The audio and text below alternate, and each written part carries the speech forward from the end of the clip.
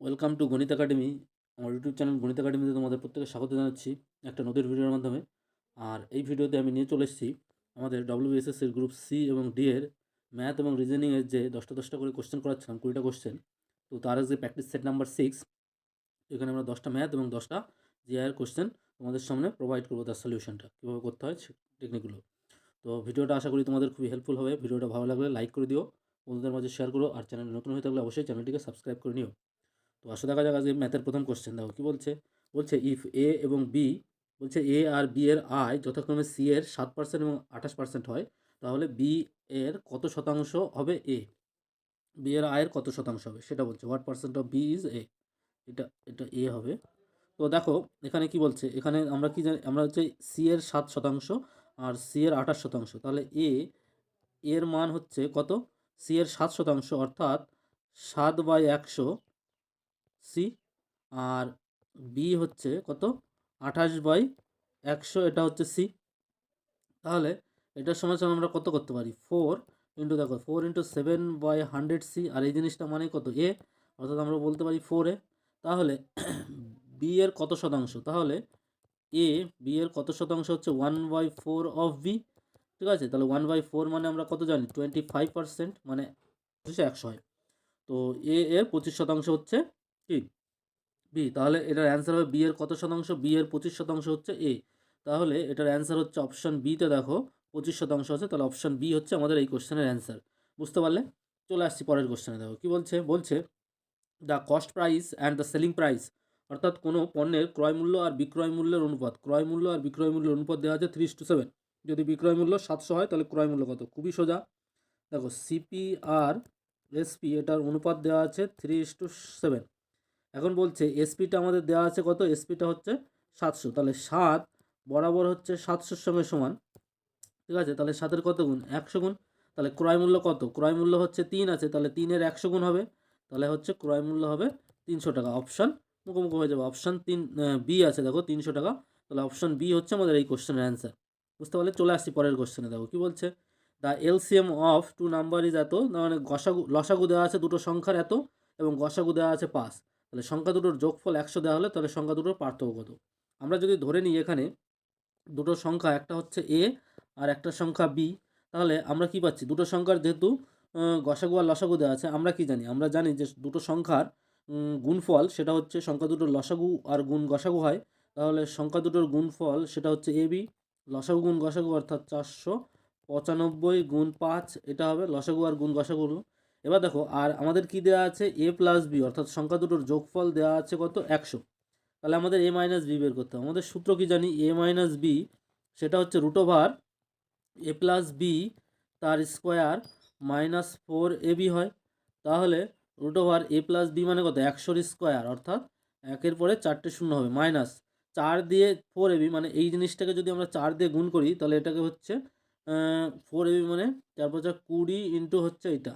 তাহলে এটাকে যদি 4 দিয়ে গুণ করো তাহলে 4ab, মানে এটা ইন্টু 4, 4×5 = 20, তার মানে 5 × 10 = 0, হাতে 1, 9 হাতে 1, 9, তাহলে কত, 9,900।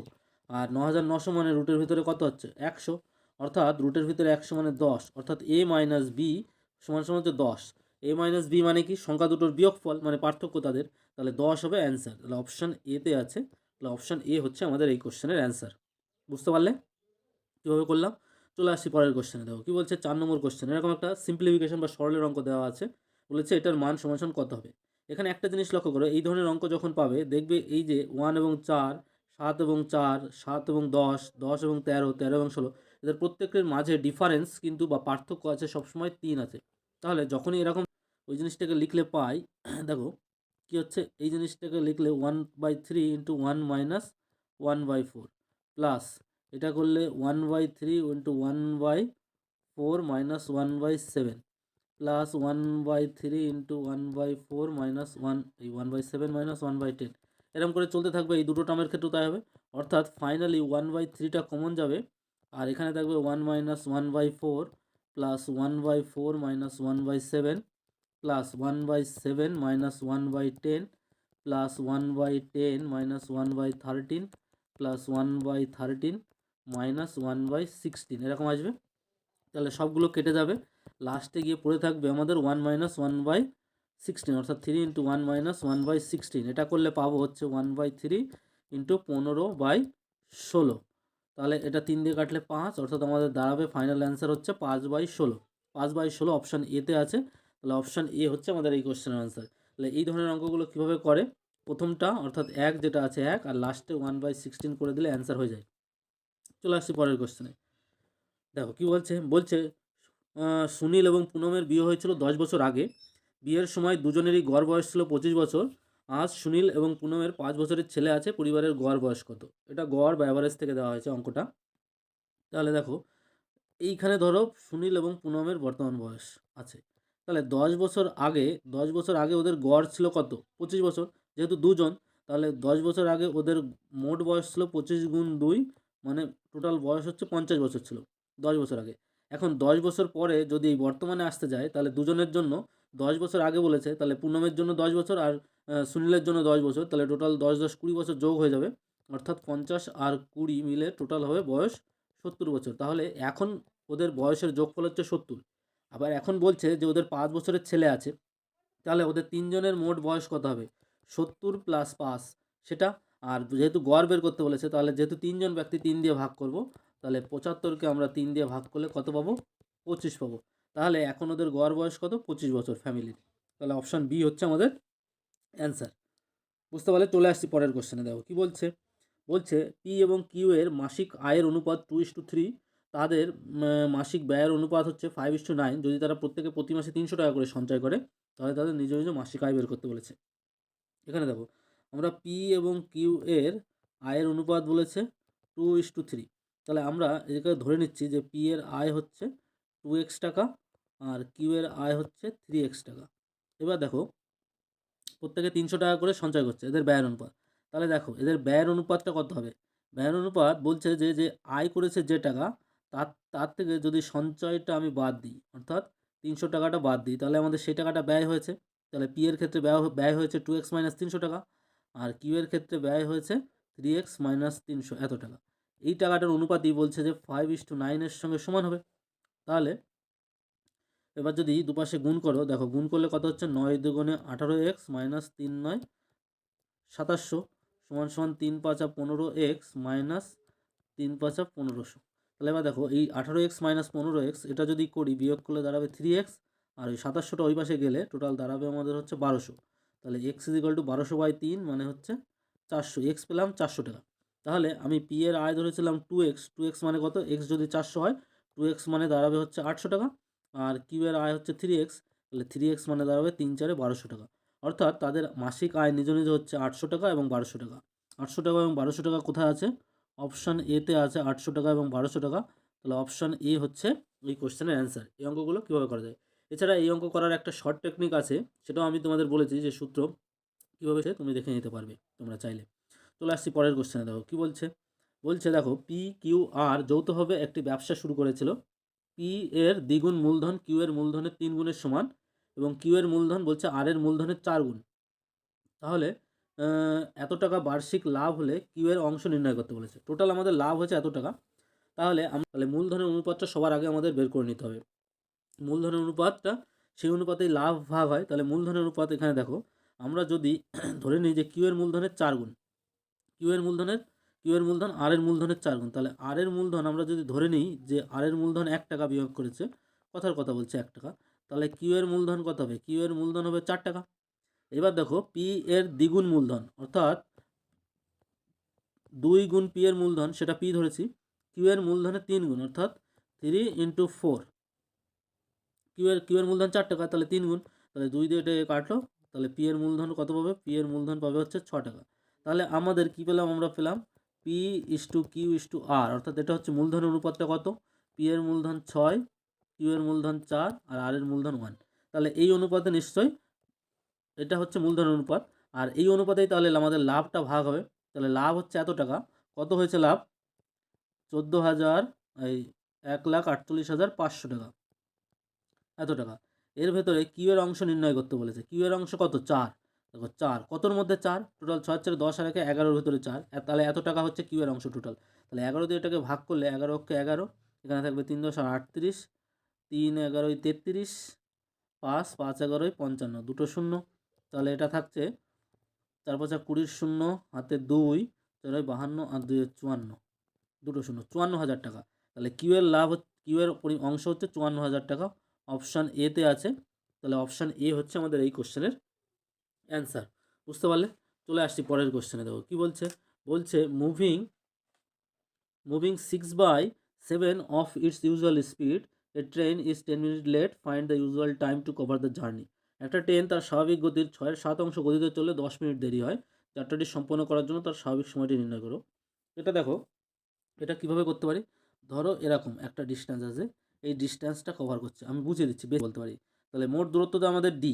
এবার বলছে আমরা ধরে নিচ্ছি ও ভি গতিবেগে যাচ্ছে, তাহলে ওর অ্যাকচুয়ালি যেতে সময় লাগবে কত, সময় লাগবে হচ্ছে মোট দূরত্ব বাই গতিবেগ, এইটা হচ্ছে সময় লাগবে, সেই সময়টা আমাদের বের করতে হবে, অর্থাৎ ডি বাই ভি এর মান বের করতে হবে। কিন্তু আমাদের বলছে যে ভিতে না গিয়ে ও যাচ্ছে কত, ও ভি এর হচ্ছে 6/7 এই টাকা এই এসে যাবে, এই গতিবেগে যাবে। তাহলে এই গতিবেগে যেতে ওর তখন সময় লাগবে কত, ওর তখন সময় লাগবে, দূরত্বটা আর পাল্টানি, দূরত্বকে সময় দিয়ে গতিবেগ দিয়ে ভাগ করবো, সেটা হচ্ছে 6v/7, সেটা সমান সমান আসবে আমাদের 7d/6v। কিন্তু বলছে এই যে সময়টা পেলাম, এই সময়টার মধ্যে বলছে গেলে পরে 10 মিনিট দেরি হয়ে যাচ্ছে, অর্থাৎ আমাদের যে অ্যাকচুয়াল যে সময়টা লাগছিলো এটা, অর্থাৎ এই অ্যাকচুয়াল সময় থেকে এই সময়টা যদি আমরা বাদ দিই, এই এটার মধ্যে বেশি আছে, তাহলে আমাদের যে এই সময়টা আছে, এই সময়টা থেকে আমরা যদি অ্যাকচুয়াল সময়টা বাদ দিই, সেই সময়টা আমরা পাবো হচ্ছে 10 মিনিট। ঠিক আছে? তাহলে এখান থেকে তুমি পাবে হচ্ছে, দেখো 6b হবে হচ্ছে লসাগু, আর এখান থেকে 70 - 60 মানে ডি সমান সমান 10। এখান থেকে তুমি হচ্ছে 6টাকে যদি উঠিয়ে নিয়ে যায়, এই পাশে গুণ হয়ে যাবে, তাহলে d/v মানে কত, 6×10=60 পেলাম আমরা। তাহলে এটাই আমাদের বের করতে বলেছিল, এটাই ছিল অ্যাকচুয়াল টাইম, সময়টা যেতে অ্যাকচুয়াল সময় কতটা লাগবে, সেটা হচ্ছে 60 মিনিট পেলাম। তাহলে বেসিক থেকে আমরা জিনিসটা কত সুন্দরভাবে করতে পারলাম। তাহলে অপশান ডি হচ্ছে আমাদের এই কোশ্চেনের অ্যান্সার। বুঝতে পারলে? চলে আসছি পরের কোশ্চেনে। দেখো কি বলছে, বলছে বলছে একটা ট্রেন সমান গতিতে একটা খুঁটি 2 সেকেন্ডে এবং বলছে 250 মিটার দীর্ঘ একটি সেতু 7 সেকেন্ডে অতিক্রম করলে তাহলে ট্রেনটার দৈর্ঘ্য নির্ণয় করতে বলেছে। কীভাবে করব? দেখো আমরা জানি ট্রেন কোনো খুঁটি বা কোনো মানুষকে যখন কোনো অতিক্রম করে, তখন মানে কি ট্রেনটা নিজের দৈর্ঘ্যকেই অতিক্রম করে, অর্থাৎ এই যে 2 সেকেন্ড লেগেছে, সেই 2 সেকেন্ডে কতটা গেছে, মানে ট্রেনটার নিজের দৈর্ঘ্যটাকেও অতিক্রম করেছে। ঠিক আছে? আর যখন কোনো ব্রিজ বা কোনো সেতু বা কোনো প্ল্যাটফর্মকে অতিক্রম করে, তখন ট্রেনের দৈর্ঘ্য প্লাস ওই ব্রিজ বা প্ল্যাটফর্ম বা সেতুর দৈর্ঘ্যটা যোগ করতে হয় ট্রেনের দৈর্ঘ্যের সঙ্গে, সেইটাকে অতিক্রম করে। সেটা করতে লেগেছে এখানে 7 সেকেন্ড 250 মিটারের দৈর্ঘ্য। তাহলে আমরা যদি ট্রেনের দৈর্ঘ্যটা ধরে নিই যে এল, তাহলে দেখো প্রথম ক্ষেত্রে ট্রেনের গতিবেগ কত, প্রথম ক্ষেত্রে ট্রেনের গতিবেগ হচ্ছে ট্রেনের দৈর্ঘ্য এল, তাকে 2 সেকেন্ডের সময় করেছে, তাহলে এত মিটার/সেকেন্ড, এটা হচ্ছে ট্রেনের গতিবেগ। আর দ্বিতীয় ক্ষেত্রে ট্রেনের গতিবেগ কত, দৈর্ঘ্য ধরেছিলাম এল, 250 মিটারের দীর্ঘ সেতুকে অতিক্রম করছে, তাহলে টোটাল এত দৈর্ঘ্য অতিক্রম করেছে, এত মিটার, তাহলে সেটা করতে 7 সেকেন্ড সময় লেগেছে, তাহলে এক্ষেত্রেও ট্রেনের গতিবেগ এত। এখন বলেছে ট্রেনটার গতি সমান, অর্থাৎ এই ক্ষেত্রেও যা গতি ছিল এক্ষেত্রেও গতি সমান, অর্থাৎ এই দুটো সমান হয়ে যাবে। তাহলে এখান থেকে সমান করলে পাবো হচ্ছে 7l সমান সমান 2l প্লাস 2 দিয়ে গুণ করলে 500। তাহলে এখান থেকে পেলাম 2lটা এই পাশে নিয়ে আসলে পেলাম 5l সমান সমান 500। তাহলে এখান থেকে পেলাম l সমান সমান কত, 500/5, তাহলে হচ্ছে কত, 100। l সমান সমান পেলাম 100, অর্থাৎ ট্রেনের দৈর্ঘ্য আমি ধরেছিলাম l, তাহলে ট্রেনের দৈর্ঘ্য পেলাম 100, অপশন বিতে আছে। তাহলে অপশন বি হচ্ছে আমাদের এই কোশ্চেনের অ্যান্সার। বুঝতে পারলে? চলে আসছি পরের কোশ্চেন, আমাদের অঙ্কের আজকে লাস্ট কোশ্চেন। দেখো কী বলছে, বলছে একটা নির্দিষ্ট সুদের হারে 5 বছরে একটি মূলধন দ্বিগুণ হয়, কোন সময়ে একই সুদের হারে একই পরিমাণ মূলধন 8 গুণ হবে। অর্থাৎ আমরা যদি কোনো একটা মূলধন পি ধরে নিই, পি থেকে আমাদের কত হয়েছে, 2p হয়েছে, অর্থাৎ আমাদের যে ইন্টারেস্টটা হয়েছে সেই ইন্টারেস্টটা হতে সময় লেগে, ইন্টারেস্টটা কত হচ্ছে, ইন্টারেস্টটা হচ্ছে পি, এবং সেটার জন্য সময় লেগেছে কত, সময় লেগেছে হচ্ছে কত, 5 বছর, 5 বছর। তাহলে দেখো পি যে মূলধন, সেই মূলধনের 1 গুণ হয়েছে, এটা মূলধন পি ছিল, তার সুদটা হচ্ছে 1 গুণ, অর্থাৎ সুদটা যদি মূলধনের সমান হতে যায় তাহলে সেটা 5 বছর সময় লাগে। দ্বিতীয় ক্ষেত্রে আমাদের বলেছে সুদের হার 8 গুণ হবে, অর্থাৎ আমাদের পি যদি মূলধন হয় হবে কত, আমাদের 8 গুণ হবে। ঠিক আছে, 8 গুণ। তাহলে এক্ষেত্রে কত, সুদটা কত হবে, সুদটা হয়ে যাচ্ছে কত, আর 8p থেকে p বাদ দিলে 7p, অর্থাৎ এটা হচ্ছে মূলধনের 7 গুণ। ঠিক আছে, তাহলে মূলধনের 1 গুণ সুদ মানে সুদ যদি মূলধনের সমান বা 1 গুণ হয় তাহলে সেটা 5 বছর সময় লাগে। তাহলে 7 গুণ হতে সময় লাগবে কত, 7 × 5, অর্থাৎ 5 × 7 35 বছর। তাহলে অপশন কোথায় আছে, 35 বছর, এতে। তাহলে এ হচ্ছে আমাদের এই কোশ্চেনের অ্যান্সার। আশা করি 10টা অঙ্ক বুঝতে পারলে কী ধরনের, কীভাবে করা হয়। তো চলে আসছি পরে রিজনিংয়ের কোশ্চেন, আমাদের 10টা রিজনিংয়ের কোশ্চেন দেখো বা জিআই এর কোশ্চেন দেখো। বলছে a man said to a lady, একটা লেডির দিকে তাকিয়ে একটা মানুষ বলছে যে your mother's husband's sister is my aunt, how is the lady related to the man. কী বল, এখানে একটা ম্যান আছে, এখানে একটা ম্যান আছে এই মানুষটা, আর এখানে একটা লেডি আছে, লেডি। এবার বলছে যে ইয়োর মাদার্স হাজব্যান্ড সিস্টার, মানে কি এই লেডির হচ্ছে মা, মাদার মানে মা, এই মার হাজব্যান্ড যে ওয়াইফ, তার মানে কি মার হাজব্যান্ড মানে ওর হচ্ছে বাবা, ঠিক আছে। তাহলে লেডির বাবা, সেই বাবার হচ্ছে সিস্টার মানে বোন, ঠিক আছে, মানে হচ্ছে ওর আন্টি হবে, এই এই মহিলা আন্টি হবে, সিস্টার যেহেতু বোন, ঠিক আছে। তাহলে এর আন্টি সেই বলছে যে ইজ মাই আন্টি, অর্থাৎ এম এরও আন্টি, এলেরও আন্টি এ, এম এরও আন্টি এ। তাহলে এই ম্যান এবং লেডির মধ্যে কী সম্পর্ক, তাহলে নিশ্চয়ই একজন মহিলা যে এম এরও আন্টি হচ্ছে, এলেরও আন্টি হচ্ছে, তাহলে এরা নিশ্চয়ই কী হবে, ভাই বোন হতে পারে সেই সম্পর্ক, তাছাড়া তো পসিবল নয়। তাহলে অপশন বিতে দেখো আছে বোন, তাহলে অপশন বি হচ্ছে এই কোশ্চেনের অ্যান্সার। বুঝতে পারলে, চলে আসছি পরের কোশ্চেনে দেখো কী বলছে। বলছে 4 ইয়াং মেন রাজ, প্রেম, বেদ এবং অশোক এরা friendly with 4 girls Sushma, Kusum, Bimla and Poonam. Sushma and Bimla and are friends. Ved's girlfriend does not like Sushma and Bimla. Kusum does not care for Ved. Prem's girlfriend is friendly with Sushma. Sushma does not like Raj, who is Raj's girlfriend. কিছু বুঝলে না, তাহলে দেখো অঙ্কটাকে এই রিজনিংটাকে আমরা প্রথমে সাজাই। দেখো আমাদের কী কী আছে, আমাদের এখানে 4জন বন্ধু আছে, কী কী আছে, রাজ আছে কি না, রাজ আছে, রাজ আছে, প্রেম আছে, আর কি আছে, বেদ আছে, বেদ আছে, অশোক আছে এখানে, আর 4জন গার্লফ্রেন্ড আছে, এদের 4জন ফ্রেন্ড কী কী আছে, সুষমা,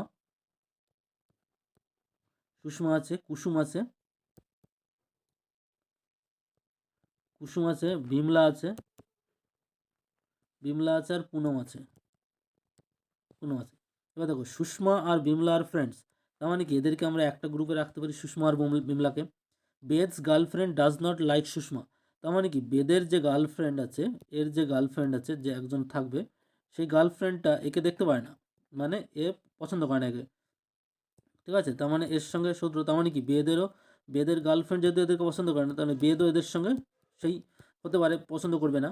তাহলে দেখো এইবার তারপরে বলছে কী বলছে, কুসুম ডাজ নট কেয়ার ফর বেদ, তার মানে কি দেখো কুসুম ও বেদকে কেয়ার করে না, ঠিক আছে।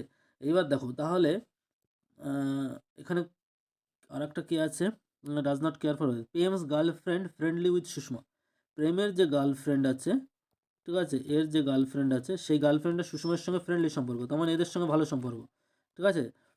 এইবার আর কি বলেছে, সুষমা ডাজ নট লাইক রাজ, সুষমা তাহলে রাজকে পছন্দ করতে পারে না, তার মানে কি সুষমা রাজকে পছন্দ করতে পারে না, তার মানে কি বিমলা যেহেতু এদের সঙ্গে বন্ধু, তাহলে সুষমা এবং বিমলা কেউই রাজের হচ্ছে ফ্রেন্ড নয়, গার্লফ্রেন্ড নয়। আবার যে প্রেমের যে গার্লফ্রেন্ড আছে, ঠিক আছে, সে হচ্ছে সুষমার সঙ্গে মানে করে না। আর বেদের যে গার্লফ্রেন্ড আছে, তাদের গার্লফ্রেন্ড একমাত্র কুসুমে হওয়ার সম্ভাবনা থাকবে এখানে, বুঝতে পারলে। তাহলে অপশন বি হচ্ছে এই কোশ্চেনের অ্যান্সার। চলে আসছি পরের কোশ্চেন, দেখো কি বলছে। বলছে কমপ্লিট দ্য সিরিজ, এই যে সিরিজটা আছে সেটাকে পূর্ণ করতে বলেছে। তাহলে কি কি আছে আমাদের, আছে Y D, B V F, আর কি আছে ডি আর এইচ, প্রশ্নবোধক চিহ্ন কে জি এল। এখানে দেখো সবার প্রথমে আমি পজিশনগুলো বসে নিই। একের হচ্ছে 1, তারপরে আসছে 25, তারপরে 4, তারপরে 2, ভি এর 22, এফের হচ্ছে 6, এফের 6, ডি এর 4, আর এর 18, এইচ এর 8, তারপরে কত হবে, কে 11, জি 7, এল 12। তাহলে দেখো প্রথমে এ থেকে বিতে গেছে, অর্থাৎ 1 বেড়েছে, 2 থেকে 4, এখানে 2 বেড়েছে, তাহলে এইভাবে যাচ্ছে, 1 বাড়ছে, তারপরে 2 বাড়ছে, তারপরে কত বাড়ে, তারপরে নিশ্চয়ই যদি 3 বাড়ে, তাহলে 4 আর 3 7 হলো, 7-এর কী হয়, 7-এর হচ্ছে জি হয়, 7-এর হচ্ছে জি হয়। এবার দেখো 7 থেকে তারপরে নিশ্চয়ই 4 বাড়বে, তাহলে জি 7, যেহেতু 7-এর উপরে 4 বাড়লে কত হচ্ছে, 7 আর 4 11, সেটা হচ্ছে কে, তাহলে এখানে আমাদের ঠিক আছে, তাহলে 2 বাড়ছে, তারপরে 3 বাড়ছে, অর্থাৎ এখানে প্রথমে জি হবে। তাহলে জি হলে আমাদের এ আর ডি অপশন এলিমিনেট হয়ে গেল। এবার দেখো তারপরে কি বলেছে, তারপরে দেখো ওয়াই থেকে 25 থেকে ভি গেছে, অর্থাৎ -3 কমেছে, ঠিক আছে, -3 হয়েছে। তারপরে ভি থেকে আর এর 18, অর্থাৎ 22 থেকে 18, তাহলে -4 কমেছে, মানে -4 হয়েছে বা 4 কমেছে, তাহলে 3 কমেছে, 4 কমেছে, তারপরে নিশ্চয়ই 5 কমবে, অর্থাৎ 18 থেকে 5 কমলে পরে হবে হচ্ছে 13, 13-র জন্য হয় হচ্ছে এম, আর 13-র পরে 5-এর পরে নিশ্চয়ই 6 কমবে, তাহলে 13 থেকে 6 কমলে হয় 7, 7-এর জন্য হয় জি, তাহলে আমাদের ঠিক আছে। তাহলে অর্থাৎ জি এর পরে কত হবে, এম হবে আমাদের 13 নম্বরে। জি এম দিয়ে একটা অপশানে আছে অপশান বি, তাহলে অপশান বি হচ্ছে আমাদের এই কোশ্চেনের অ্যান্সার। বুঝতে পারলে? চলে আসছি পরের কোশ্চেন। দেখো বলছে যেটা বিজোড় আছে সেটা বেছে নিতে বলেছে। তো এখান থেকে বিজোড় দেখো, চামড়া দিয়ে কি হচ্ছে, জুতো তৈরি হচ্ছে, সোনা দিয়ে গয়না তৈরি হচ্ছে, ফেব্রিক দিয়ে, এটা ফেব্রিক দিয়ে জামা কাপড়ের উপরে ফেব্রিক তৈরি করছে, ফেব্রিক দিয়ে করে। এবার হচ্ছে আর কুড়াল থেকে কি হচ্ছে, কুড়াল থেকে কি লোহা হয়, লোহা থেকে কুড়ানো হয়, অর্থাৎ এটা উল্টো। তাহলে অপশান বি হচ্ছে আমাদের এই কোশ্চেনের অ্যান্সার। এটা হচ্ছে বেজোড়। চলে আসছি পরের কোশ্চেনে। দেখো বলছো অ্যারেঞ্জ, অ্যারেঞ্জ করতে বলেছে এই যে এখানে। তো এটা দেখলে তুমি বুঝতে পারবে এটা হচ্ছে সবার প্রথমে কান্ট্রি হবে, দেশ। দেশ, তাহলে অপশান সি ডি এলিমিনেট। কান্ট্রির পরে সে দেশে কী থাকবে, দেশে নিশ্চয়ই ফরেস্ট থাকবে, তিন হবে। ফরেস্টের পরে কী হবে, ফরেস্টের পরে ট্রি থাকবে, ট্রির পরে উড আসবে, উডের পরে উড দিয়ে আমরা ফার্নিচার করবো, অর্থাৎ অপশান এ দেখো যেটা আছে, অপশান এ হচ্ছে আমাদের এই কোশ্চেনের অ্যান্সার। চলে আসছি পরের কোশ্চেনে। দেখো কী বলছে, এ ম্যান অলওয়েজ হ্যাজ, অর্থাৎ মানুষের কী থাকবে, এটা মানুষের সবসময় কী থাকবে, একটা হৃদয় থাকবে, হার্ট থাকবে। কারণ অন্য প্রাণী বা বিশের সঙ্গে মানুষের এটা difference, say sense of humour যেটা কাজ করে সেটা মানুষের কাজ করে একমাত্র, সেটা হচ্ছে হৃদয় থাকবে, অর্থাৎ এই তিনটা হচ্ছে আমাদের সঠিক অ্যান্সার এক্ষেত্রে। চলে আসছি পরের কোশ্চেনে। দেখো কী বলছে, এরকম একটা জিনিস দেওয়া আছে যে 18 আছে, 19 আছে, 35 হয়েছে। 18, 19, 35 এদের মধ্যে একটা সম্পর্ক পাবো। 22, 24 এবং 43 এদের মধ্যে একটা সম্পর্ক পাবো। তাহলে এই দুটো সম্পর্কের সঙ্গে মিল রেখে পরের সম্পর্কটা আমাদের এই জায়গাটায় কত হবে সেটা বের করতে বলেছে।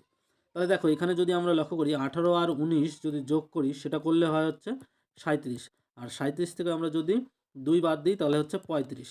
আর এক্ষেত্রে কী হচ্ছে 22 আর 24 এটা যদি যোগ করি হয় আমাদের 46, তার থেকে যদি আমরা 3 বাদ দিই তাহলে 43, অর্থাৎ এই দুটো যোগ করার পরে 2 বাদ দিচ্ছি, তারপরে এই দুটো যোগ করার পরে 3 বাদ দিচ্ছি। এবার নিশ্চয়ই তাহলে কী হবে, এই দুটো যোগ করার পরে তারপরে 4 বাদ দেবো, অর্থাৎ এই দুটো যোগ করি 26 আর 27, এটা যোগ করলে হয় হচ্ছে 53।